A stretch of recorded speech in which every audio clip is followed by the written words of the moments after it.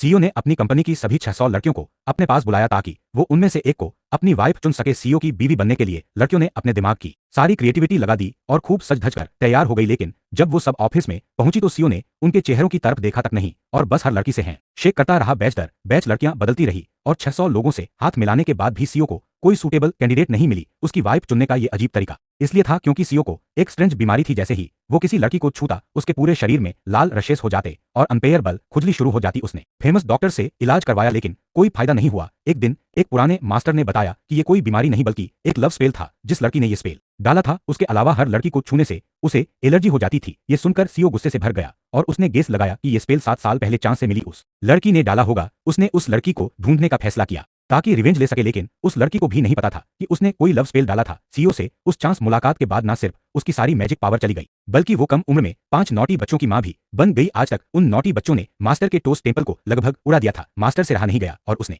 लड़की को 5 बच्चों के साथ पहाड़ से नीचे उतरकर उनके फादर से मदद मांगने को कहा। 5 बच्चों को सपोर्ट करने के लिए उसने भी छवि कंसल्टेंट की जॉब शुरू की, पर उसे क्या पता था कि जिसने उसे हायर किया वो वही सीईओ था जिसकी वजह से उसकी मैजिक पावर गई थी। सीईओ ने उसे इसलिए हायर किया था ताकि वो उस लड़की को ढूंढने में मदद करे जिसने उसे 7 साल तक सिंगल रखा, पर सीईओ कोई इंफॉर्मेशन नहीं दे पाया। इसलिए लड़की ने उसे आंखें बंद करने को कहा और उस वुमन की शक्ल याद करने की कोशिश करने को बोला। फिर उसने एक स्पेल डाला और जल्दी से कैलकुलेट कर लिया कि जिसे सीईओ ढूंढ रहा था वो कंपनी में ही थी, लेकिन सारी फीमेल एम्प्लॉय से हैंड शेक करने के बाद भी वो लड़की नहीं मिली।